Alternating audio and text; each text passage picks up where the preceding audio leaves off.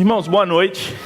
E nós estamos nessa noite encerrando uma série de mensagens que no decorrer de 8 semanas nós estamos nos aprofundando num trecho da Palavra de Deus muito conhecido.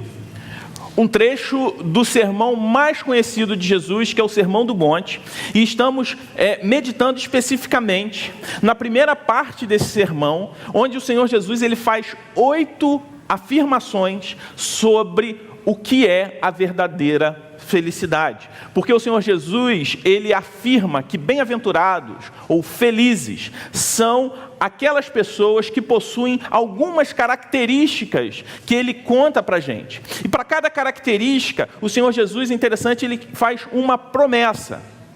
E ele fala que essas pessoas que possuem essas características, elas são felizes. E o que é felicidade para você? Qual é o seu conceito de felicidade?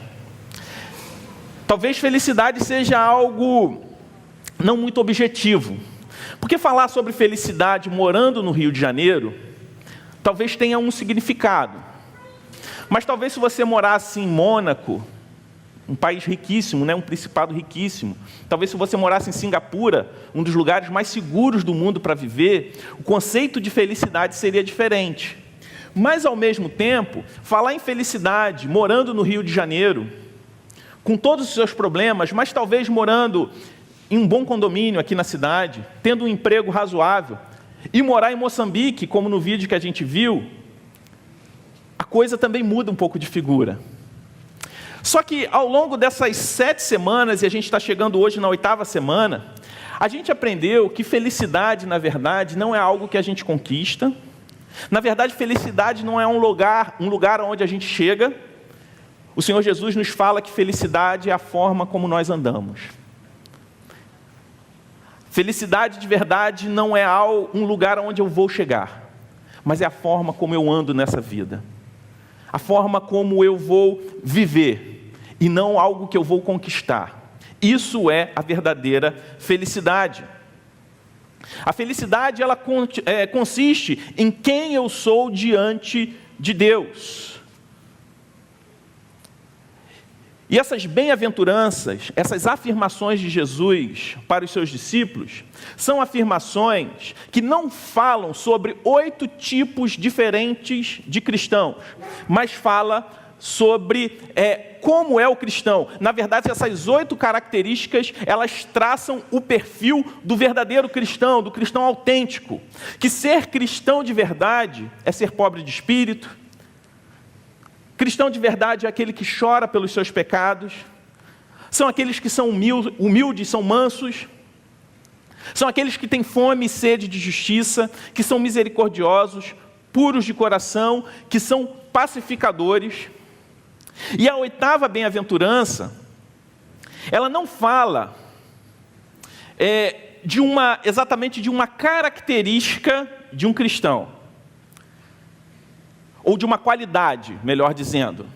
A 8ª bem-aventurança fala da forma como o mundo reage a esse tipo de pessoa que tem as outras 7 características. A forma como o mundo nos recebe quando nós somos cristãos autênticos. É sobre isso que o Senhor Jesus encerra esse trecho da mensagem. Porque o Sermão do Monte, ele não se resume às bem-aventuranças. Ele prossegue no capítulo 6 e 7 do Evangelho de Mateus. O Senhor Jesus, ele trata outros assuntos nesse sermão. Mas nesse trecho especificamente, onde o Senhor Jesus ele fala sobre o sentido da vida, sobre o significado da vida, sobre o que é ser feliz de verdade, o Senhor Jesus ele encerra esse trecho falando sobre o seguinte: felizes são aqueles que são puros de coração, são mansos, pacificadores, e no final ele encerra: e se vocês forem isso tudo, o mundo vai receber vocês da seguinte forma. E a gente vai ler isso lá no capítulo 5, nos versículos 10, 11 e 12. Se você tiver com a sua Bíblia aí, Mateus 5, versículo 10, 11 e 12. Se você não tiver com a sua Bíblia, tiver alguém ao lado e essa pessoa puder compartilhar, ou então você pode acompanhar também, vai estar projetado ali na mesma versão que a gente vai estar lendo, que é NVI, a palavra de Deus que diz o seguinte: bem-aventurados os perseguidos por causa da justiça, pois deles é o reino dos céus. Bem-aventurados serão vocês quando por minha causa os insultarem, os perseguirem e levantarem todo tipo de calúnia contra vocês. Alegrem-se e regozijem-se, porque grande é a sua recompensa nos céus, pois da mesma forma que perseguiram os profetas que vieram antes de vocês. Amém? Como o mundo nos recebe? Como o mundo recebe as pessoas que se parecem com Jesus? Com hostilidade e com perseguição. Quer saber se você possui as 7 características iniciais que o Senhor Jesus falou? Veja se você tem sido perseguido de alguma forma por causa disso. Se você sofre a 8ª, certamente você possui as outras 7. A perseguição, quando a gente olha para essa afirmação de Jesus, a gente vê que de alguma forma a perseguição é uma marca do cristão autêntico. Então a gente vai olhar para essa última bem-aventurança e a gente vai ver o grande paradoxo do cristianismo. Porque quando o Senhor Jesus está falando sobre felicidade, ele fala sobre várias qualidades que de alguma forma são uma contracultura ao conceito de felicidade que o mundo oferece, são de alguma forma compreensíveis. Mas aí quando chega no final a gente vê esse grande paradoxo do cristianismo, que a palavra de Deus diz que felizes são aqueles que são perseguidos. E humanamente pensando, perseguição e felicidade são coisas completamente antagônicas. Parece um contrassenso. Mas o Senhor Jesus, ele afirma isso. Felizes, bem-aventurados são aqueles que são perseguidos por causa da justiça. Mas veja bem, o Senhor Jesus, ele não está falando que a perseguição por si só traz felicidade. Que a fonte de felicidade é a perseguição. Que é a perseguição que faz de nós pessoas felizes. O que ele está falando é que ser uma pessoa cujo contentamento está em Deus, uma pessoa que vive uma vida segundo a palavra de Deus, atrai para si perseguição. O Senhor Jesus, ele não está falando que nós devemos buscar a perseguição para sermos felizes. Ele está falando que se formos bem-aventurados, automaticamente seremos perseguidos. A felicidade não está na perseguição, mas os felizes de verdade serão perseguidos. Esse é um alerta que Jesus nos faz. É um aviso que o Senhor Jesus nos faz, que nós seremos perseguidos. Não é a perseguição pela perseguição, mas o que nos faz ser perseguido pelo mundo, que é a raiz da questão. Por isso, o Senhor Jesus, ele não está falando sobre alguns tipos de perseguição, como, por exemplo, atrair para si perseguição para obter notoriedade. Vocês já viram que nos dias de hoje é comum ser o cara polêmico, principalmente nesse contexto bipolarizado que a nossa sociedade se encontra. Quer ser perseguido? Seja polêmico. Use as suas mídias sociais para polêmicas. Você vai agradar muita gente, mas você vai desagradar também a muita gente e você vai ser perseguido. E a perseguição vai fazer você, talvez, alguém famoso. Talvez você vai ganhar seguidores por causa da perseguição, porque você é alguém polêmico. Às vezes a pessoa atrai perseguição para depois se vitimizar e talvez receber uma certa compaixão das pessoas. Não é sobre esse tipo de perseguição que o Senhor Jesus está falando.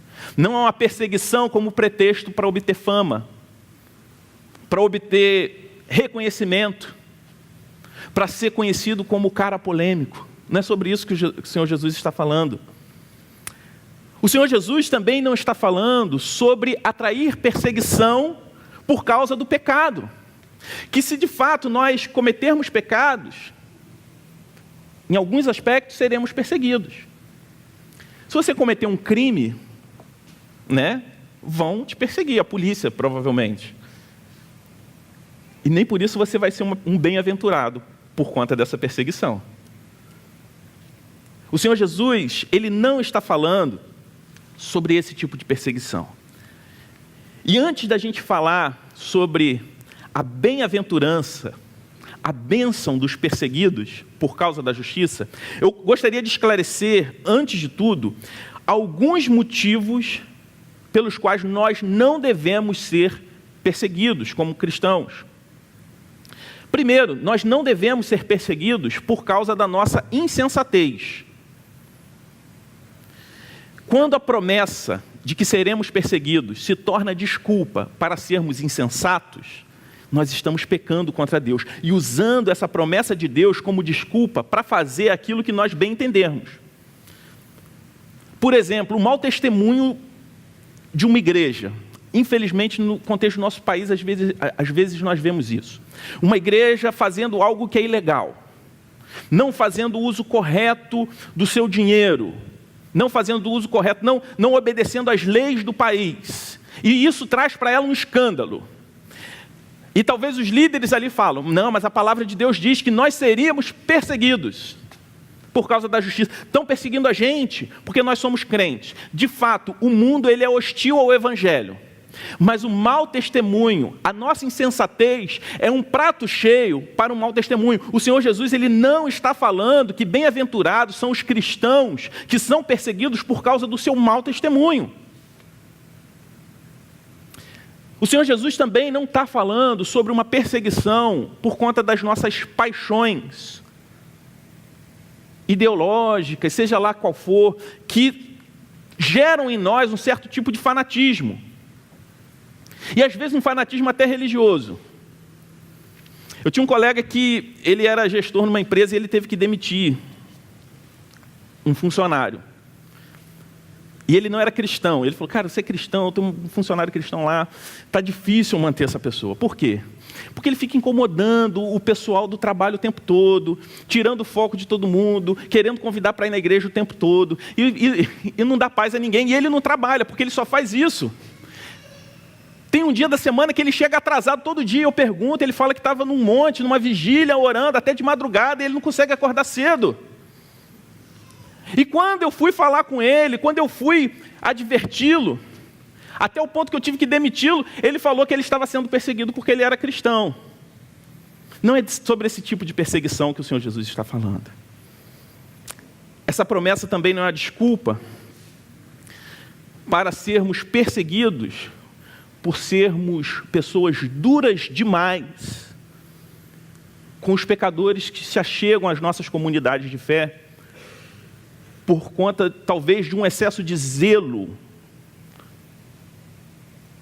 Não que a gente deva aceitar tudo, mas entender, da mesma forma que a graça de Cristo nos transformou, ela pode e vai transformar a vida dessas pessoas também. Nem tampouco fugir da perseguição e viver uma vida libertina. O Senhor Jesus, Ele também não está falando de uma perseguição por conta de um senso de justiça própria. Ter desobediências civis, agir segundo aquilo que eu julgo que é certo, independente o que a lei diz. Claro que não são exceções, como no caso da Bíblia que a gente vê que as parteiras lá no Egito desobedeceram para que os meninos não fossem mortos. Também a perseguição que houve contra os apóstolos por conta da pregação. Não estou falando desse tipo de desobediência civil, que de alguma forma a palavra de Deus nos mostra até exemplos. Mas eu uso talvez a injustiça do governo para justificar minhas pequenas corrupções, aí sou perseguido, aí eu falo, não, mas é porque eu sou cristão. Não é qualquer tipo de perseguição que o Senhor Jesus está falando. Não é ser perseguido por uma causa, embora existam causas nobres, que talvez valha a pena você ser perseguido por ela. Embora isso possa parecer muito com ser perseguido por causa do Evangelho, mas existem causas que não são exatamente uma agenda do Evangelho e você está disposto a seguir por ela e é uma causa nobre. Mas não fique ressentido com Deus, caso você não desfrute da bênção, do cuidado de Deus nesta perseguição por conta dessa causa que você resolveu militar por ela.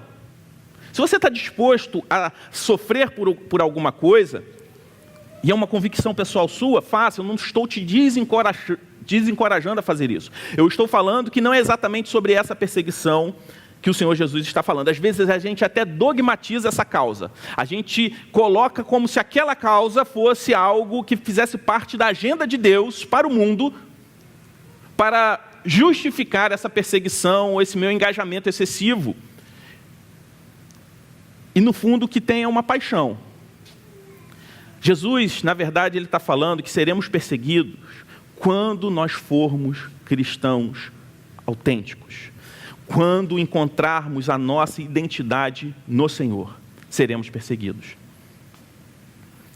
Paulo vai falar em sua carta a Timóteo, lá em 2 Timóteo 3,15, o seguinte: de fato, todos os que desejam viver piedosamente em Cristo Jesus serão perseguidos. A perseguição que o cristão sofre é fruto de uma vida piedosa. O mundo vai nos perseguir não por causa de quem nós somos, mas por causa de Cristo em nós. O mundo nos odeia não exatamente pelo ser humano que nós somos, não exatamente pela história que nós temos, mas por causa de Cristo em nós. Porque o mundo é hostil a Cristo. E ver Cristo em você vai atrair para você perseguição, vai atrair para você hostilidade. Não é exatamente você que o mundo odeia, mas o Cristo em você. Jesus também vai falar no Evangelho de João o seguinte, João 15, do versículo 18 a 20, o Senhor Jesus diz o seguinte: se o mundo os odeia, tenham em mente que antes me odiou. Se vocês pertencessem ao mundo, ele os amaria como se fossem dele. Todavia, vocês não são do mundo, mas eu os escolhi, tirando-os do mundo. Por isso o mundo os odeia. Lembrem-se das palavras que eu lhes disse: nenhum escravo é maior do que o seu senhor. Se me perseguiram, também perseguirão vocês. Se vocês obedecerem a minha palavra, também obedecerão a de vocês. Então, se vocês obedeceram a minha palavra, também obedecerão a vocês. O que o Senhor Jesus está falando? Nenhum escravo, nenhum servo é maior do que o seu Senhor. Se o nosso Senhor foi perseguido, e se a nossa identidade está nele, nós também seremos perseguidos. E de que forma o mundo persegue aqueles cuja identidade está em Cristo, aqueles que se parecem com Jesus? A perseguição pela mão e pela língua, a perseguição física e a perseguição com palavras. Eles vão atacar a tua vida e também a tua honra. A palavra de Deus diz que vão te perseguir e levantarão todo tipo de calúnia e mentira contra você. Então, viver uma vida piedosa atrai para nós perseguição contra a nossa vida e contra a nossa honra. Seremos perseguidos fisicamente e também perseguidos com todo tipo de calúnia e injúria, como nós vimos ali em Mateus 5, do versículo 10 ao 12. E o que a gente vê diante desse cenário? Que a perseguição é, de alguma forma, uma promessa, uma consequência inevitável quando de fato nós estamos em Cristo. Então a diferença, meus irmãos, na vida, na minha vida e na sua vida, a diferença na vida de todo cristão não é exatamente fugir da perseguição, porque ela é inevitável. Em alguns contextos mais difíceis, em outros contextos mais tranquilos, mas em todo lugar há perseguição. Hoje está aqui com a gente nosso irmão Shebaz. Falar sobre perseguição, não sei se ele está entendendo o que eu estou falando. Falar sobre perseguição com ele, vindo do Paquistão, é uma coisa. Falar sobre perseguição aqui no Brasil tem outro aspecto. Mas todos nós temos que concordar que, de alguma forma, o mundo que a gente vive aqui no Brasil, a forma como os nossos irmãos paquistaneses vivem lá no Paquistão, há algum tipo de perseguição, ou contra a vida, ou contra a honra. No Brasil, o pastor Jay, algumas semanas atrás, deu um exemplo. Eu não quero entrar no mérito sobre a qualidade, a competência, sobre as decisões, mas a gente tem uma ministra de Estado que é cristã. Antes mesmo que ela começasse o trabalho, ela já foi bombardeada. Eu não estou falando que qualquer crítica para ela, ou a promessa de perseguição, é uma licença para ela fazer uma má administração. Não quero entrar nesse mérito e de fato não é. Mas o fato é, se fosse alguém que tivesse uma identificação, um cargo eclesiástico, como essa mulher tem, assumindo o governo, por melhor que ele fosse, talvez 100 vezes mais qualificado do que ela, de alguma forma, o mundo receberia com hostilidade. Porque parte do ódio não está na qualidade, na competência, na capacidade, não está na pessoa da ministra ou de qualquer outra pessoa, mas no Cristo que está naquela pessoa. Então, a perseguição ela é inevitável. Seja contra a nossa vida, seja contra a nossa honra, seja uma perseguição ideológica ou seja uma perseguição violenta. Então o Senhor Jesus, Ele não nos fala que nós devemos lutar contra a perseguição, mas a forma como nós devemos lidar contra a perseguição. E a gente vê isso lá no Evangelho de Mateus, capítulo 5, versículo 44, o Senhor Jesus falando a forma como um cristão autêntico, um bem-aventurado, que sabe que vai ser perseguido, precisa lidar com a perseguição. A palavra de Deus diz assim: eu, porém, vos digo, amai a vossos inimigos, bendizei os que vos maldizem, fazei bem aos que vos odeiam, e orai pelos que vos maltratam e vos perseguem, para que sejais filhos do vosso Pai que está no céu. A reação natural do mundo diante de qualquer tipo de perseguição é o seguinte: ame quem te ama, faça o bem quem te faz bem, e retribua com o mal quem te odeia. A virtude, a bondade, segundo o mundo, é aquele que ama quem te ama e de alguma forma não odeia quem te odeia. Mas a bondade segundo Deus, a bondade segundo Jesus é: ame quem te ama e ame também quem te odeia. Ame quem te ama e faça o bem a quem te odeia. Faça o bem a quem te persegue. Ore por aqueles que te perseguem. Nós temos a tendência de reagir aos nossos perseguidores como nossos inimigos. Mas a própria palavra de Deus diz que nossa luta não é contra carne ou sangue, mas contra os principados e potestades do reino do mal. Quem são os inimigos históricos do cristianismo? Pelas mãos de quem os cristãos foram perseguidos? Pela mão de quem os cristãos foram perseguidos? Talvez, se a gente olhar, talvez por gnósticos, comunistas, islamistas, enfim, vários grupos, historicamente, em algum momento perseguiram os cristãos. Talvez hoje em dia uma guerra ideológica, movimentos como talvez o movimento LGBT, e nós temos a tendência de lutar contra os nossos perseguidores. E talvez em algum momento, por conta do nosso coração pecaminoso, reagir de uma forma que, se nós pudéssemos, nós perseguiríamos a essas pessoas. O Dr. Martyn Lloyd-Jones, no seu livro Estudo sobre o Sermão do Monte, nesse trecho, onde ele fala sobre felizes são os perseguidos, ele fala algo muito interessante. E ele exemplifica um grupo específico que, historicamente, em algum momento perseguiu cristãos. Mas quando a gente lê o que ele está falando,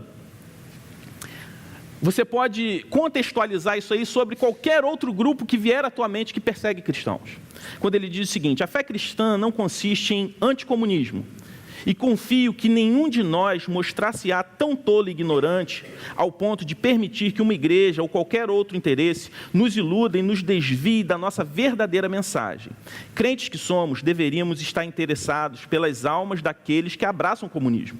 Deveríamos estar interessados pela salvação deles, exatamente da mesma maneira como nos interessamos a respeito de outras pessoas qualquer. Mas se ao menos por uma vez dermos a impressão que o cristianismo é anticomunismo simplesmente, então estaremos fechando as portas e impondo barreiras, virtualmente impedindo que os comunistas ouçam nossa mensagem de salvação evangélica. Aí ele exemplificou esse grupo.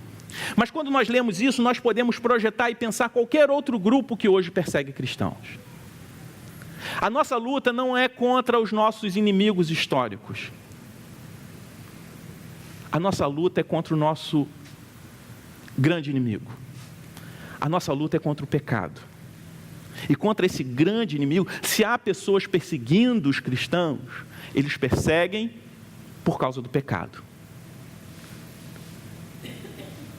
E a única forma de acabar com o pecado é a mensagem do Evangelho. A única forma de matar o pecado, de acabar com o pecado na vida do outro, a condenação do pecado na vida do outro, é a mesma forma que Deus agiu para acabar com a condenação do pecado na minha e sua vida. É olhar para esses grupos que nos perseguem e entender que se não fosse pela graça de Deus, nós poderíamos estar exatamente no mesmo lugar que eles estão, fazendo as mesmas coisas que eles estão fazendo. Eu não estou falando que nós devemos abraçar qualquer grupo, qualquer ideologia que vai contra a fé cristã, de maneira nenhuma. Não devemos abraçar nenhuma dessas ideologias humanas que de alguma forma contrariam o Evangelho. O que devemos é entender a razão pela qual esses grupos historicamente têm nos perseguido, têm perseguido a igreja.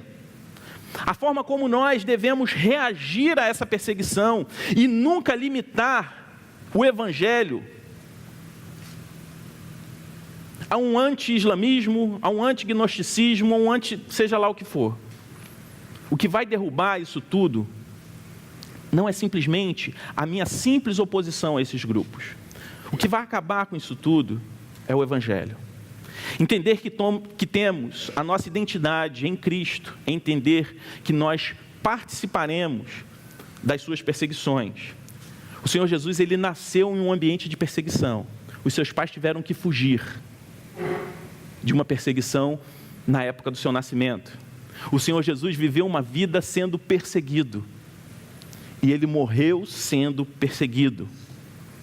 Não é a perseguição, meus irmãos, que faz de nós pessoas fiéis, mas a nossa fidelidade a Cristo atrai para nós a perseguição, simplesmente porque nós estamos em Cristo.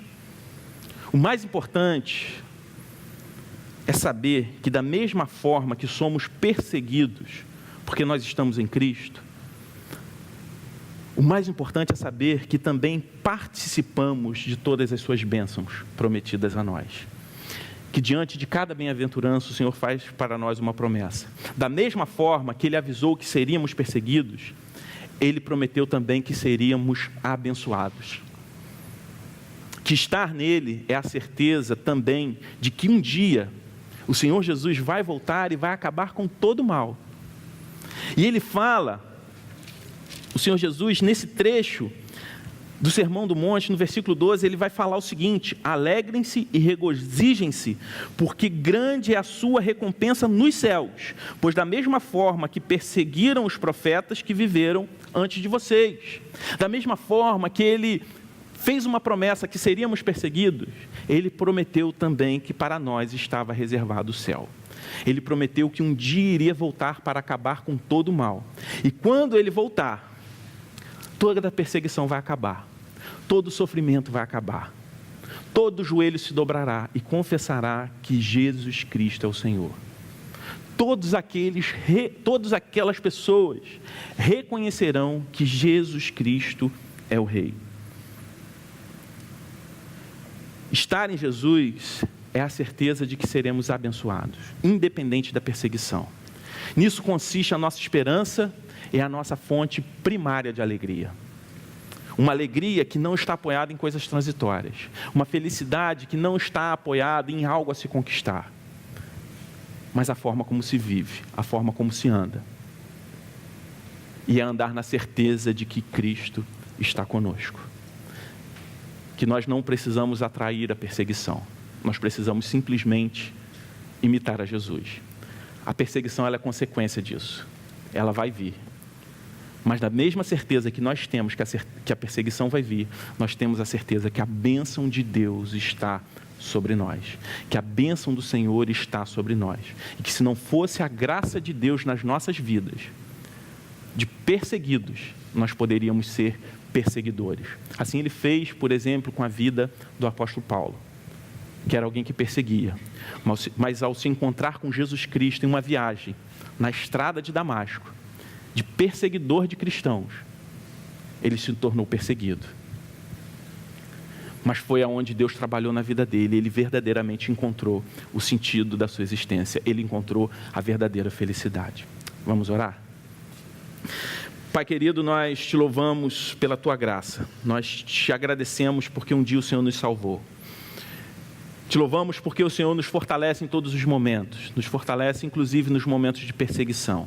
Te louvamos porque o Senhor não nos desampara. E te pedimos, Senhor Deus, fortaleça a nossa fé a cada dia. Não deixe que a perseguição, não deixe que a tribulação, não permita que as dificuldades, Senhor Deus, tirem o nosso foco do Senhor. Que possamos nos apoiar, Senhor Deus, na promessa que seremos felizes, que seremos benditos pelo fato que nós caminhamos contigo.